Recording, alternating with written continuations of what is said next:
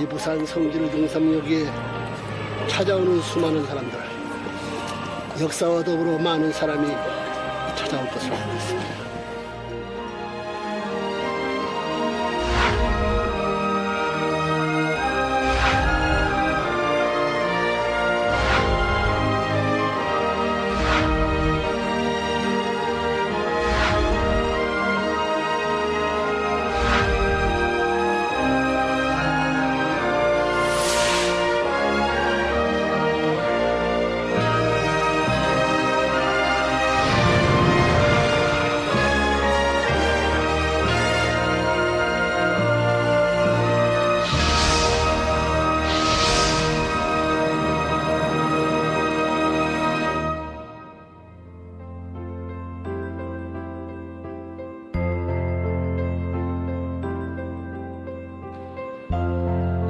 부산은 전란의 혼란기, 격동의 사회적 변화를 거쳐 아름다운 도시로 발전해 나왔다.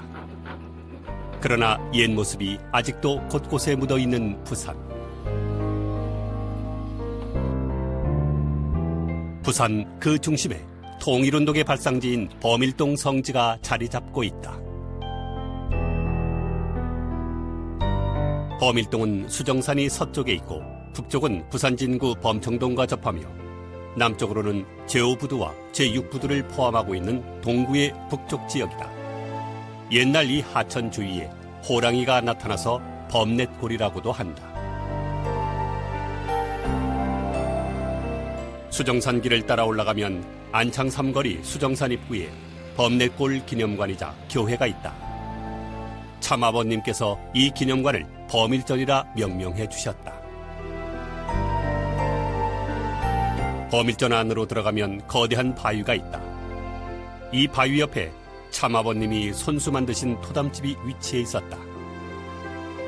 이 토담집이 참부모님께서 제2의 복귀 섭리 역사를 출발시킨 귀한 장소다.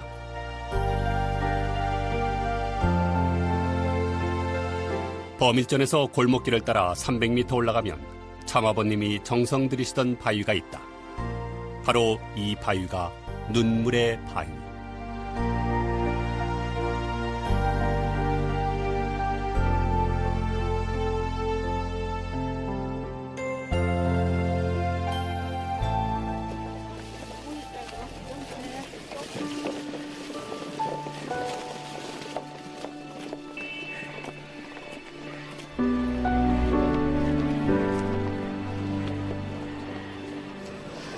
아빠가 옛날에 여기서 기도했던 것이야. 응? Always father prayed this place. 응? 알았어요, 처머지. 응? 처머지인데. 얘도 처먹고 다 처먹어요. 또 한번 해봐요. 나도 해줘가요. 알았어. 만져요. 여보. 너도 정진이도 해줘. 여기 만져줘요. 다음에 또 올게.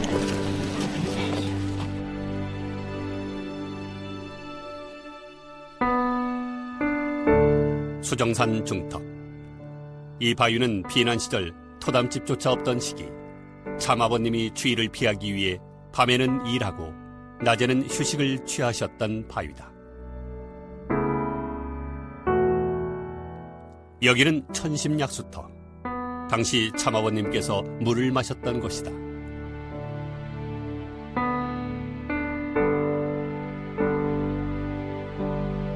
수정산 정상에 있는 제1성지. 이곳은 참아버님께서 부산항을 바라보며 하나님 해방과 인류 구원을 위한 계획을 세우셨던 장소다. 그 시기 참아버님은 다른 사람들과 모습은 같았으나 내적으로는 큰 차이가 있었다. 하늘과 땅, 과거와 현재와 미래를 책임져야 할 입장에 놓여 있는 참아버님의 심정은 언제 어디서 터질지 모르는 뜨거운 용광로였다.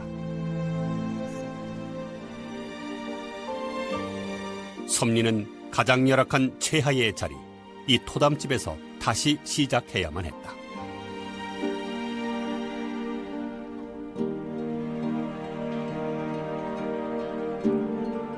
당시 김원필 선생은 미군 부대에 가서 일을 하고 미군들의 초상화를 그리는 부업까지 했다. 참아버님도 밤에는 그 일을 도우며 원리를 실체화하는 데 전력을 다하셨다.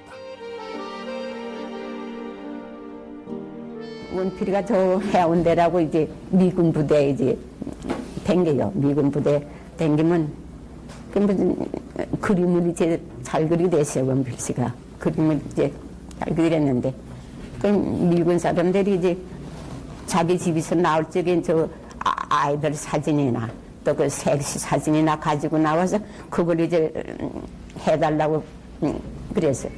그걸 가지고 나와서 하루 저녁에 10장씩 그립대다. 10장씩 그리는 거, 이제, 그 그리는 건 이제 선사님이 또 다 이제 해줘서 이제 그리는 거. 꼭 선사님 같이 앉아서 이제 10장씩 그리면 그 한 장에 달러 4달러씩 받아와요. 그때 이제 돈 좀 이제 좀 벌었지요. 그림을 그리지 않으면 생계를 유지할 수 없었던 그 시절. 그러나 큰 사명을 갖고 인류를 구원하기 위해 오신 참아버님은 초상화를 그려 번 돈을 불쌍한 사람들을 위해 쓰셨다. 부모의 심정으로서 불쌍한 사람들을 그냥 볼 수 없었던 것이다.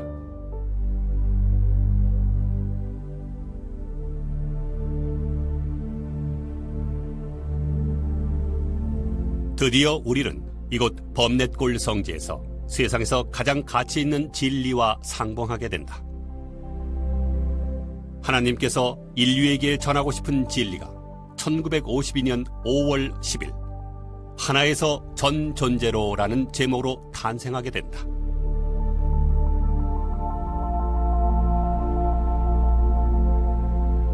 원리는 인류가 존재하기 전부터 있었던 진리.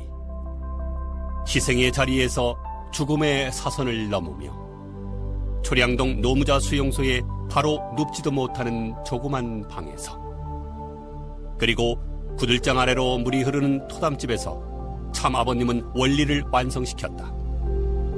그러기에 한 번 들은 원리는 그 어떤 이론으로도 우리들의 삶으로부터 지울 수 없다.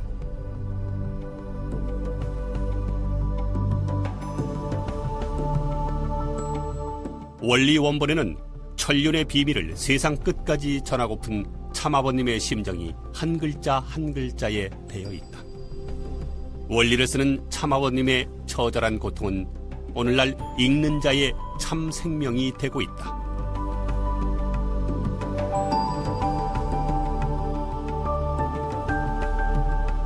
나는 이 책이 한 권밖에 없다고 생각해요.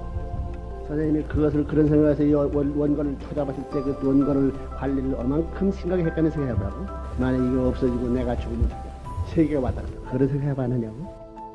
이 원리 원본도 아버님께서는 벌써 청양에 오실 때 이 원본을 벌써 가지고 계셨고, 그 다음에 그 옥중에서 해결하지 못했던, 그래도 근본 원리 가운데 해결하지 못한 것도 있지 않았겠습니까?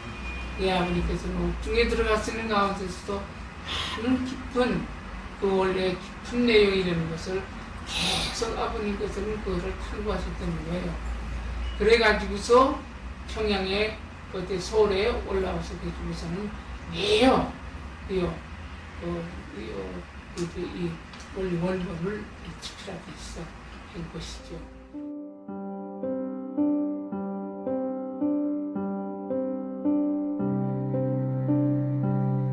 참아버님은 흑석동 시절과 평양 시절에 따르던 식구들을 찾는 데 나섰다. 그러나 모두 참아버님 앞에서 등을 돌리는 식구들.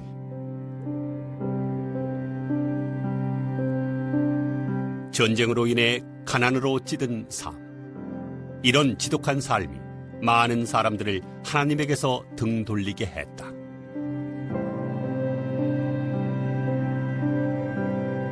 남은 사람은 김원필 선생, 옥세현, 지승도, 이기환 여사 4명뿐이었다. 그 기간 참아버님은 사람들이 그리워서 사무친 심정으로 생활하셨다.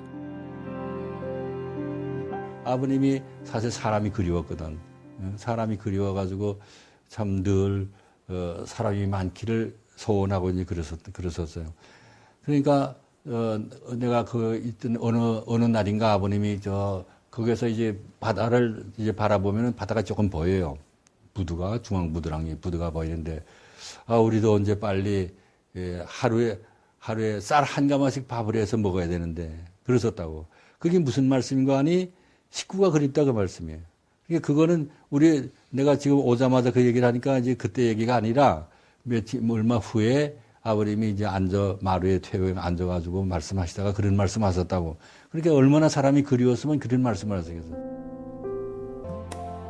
그 후 진리의 향기는 사람들을 통해 퍼져나갔고 사람들은 하나 둘 모이기 시작했다. 그래서 그때 당시에 모인 분들은 전부 신령 역사예요, 그죠? 어머니 왕왕 울고 경배하고 아버님을 보면 경배를 해. 누가 시키는 거 아니요. 그런데 부인들은 통곡해요. 이런 분이 피난민 가운데 계시다. 누군지는 모르죠. 통곡을 하면서 이런 분이 피난민 중에 있구나. 그러니까 아버님은 그때 시대 때는 집회는 없고 늘 그저 모이는 거죠. 자기 시간 있으면 가는 거죠. 없으면 안 가고 바쁜 사람은 못하고 시간이 있으면 오고 그러니까 들락날락한 건데 볼통같이 볼통. 볼통같이 그 조그만데 사람이 드나들게 된 인원수가 그렇게 되면 한꺼번에 오면 그거 못 다 들어가죠. 사람한테 100명 좀 꽉 차는데 뭐 어떻게.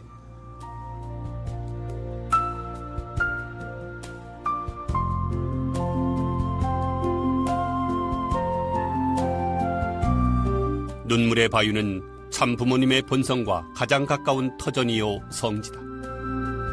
이곳을 바라보고 있자면 참 부모님에 대한 공경심이 마음속 짙게 자리를 잡는다.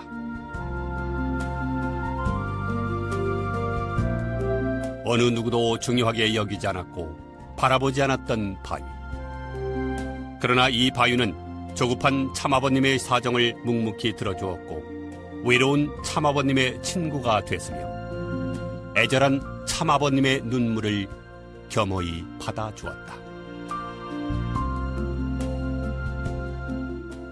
선생님의 타오를 붙들고 피투했던 심정란이 먼 바다 그때 6.25 동안에서 전부 다 그 화물선들이 전부 무기를 날아오고 배들이 꽉찬 그 부산 항구를 바라보면서 무슨 기도했는데 그래야 토인의 교회는 명실공히 참 고아의 자리에서 세상 누구 환영하지 않은 모든 버림바의 자리에서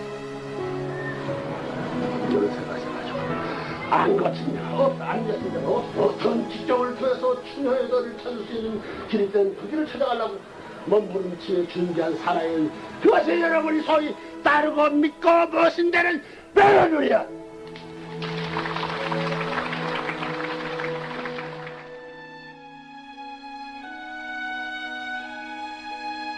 한국 민족을 세워놓으시고도 그리운 심정을 터놓고 얘기할 수 없었고 가르칠 수 없었던 하나님의 사정.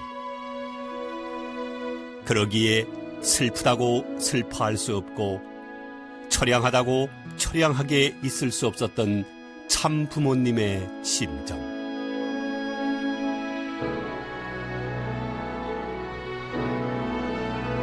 그 심정으로부터 새로운 세계가 시작됐다.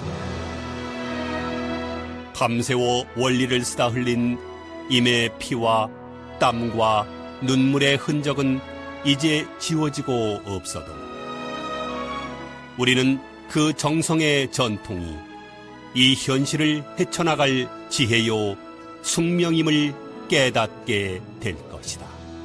여기는 그때 집도 하나 더 떴다고요. 버밀동이라고 왜 호래에 나오던데 이 절간 넘어들고 전부 다 지금 구포로 가는데 내 줄줄 다닌다 이 호래 나오고 여기 공동면이 이거 다 없어지고 말이야. 근데 여기 큰 개구리 있어서 저기서 여기 동네 조그만 이제 애기들이 있었어. 근데 애기 대장 잘하거든. 애들은 세미는 해져가지고 차 팔매치 다 여기 저 언덕이 높다고 저 건너가게 하자. 그때 선생님이 힘도 세고 말이야. 젊었을 때 아니야. 조그만 뭐 하나 열둘 애들 암만치야 나 따라가나 한 녀석 지금 다 지금 아이고 내 선생님 나이 될 때 틀고서 이긴다 지금 서운하다고 이 녀석이 지금부터 개표가 되려는데 그 남자가 그래야지 하는 생각 나는 말이야.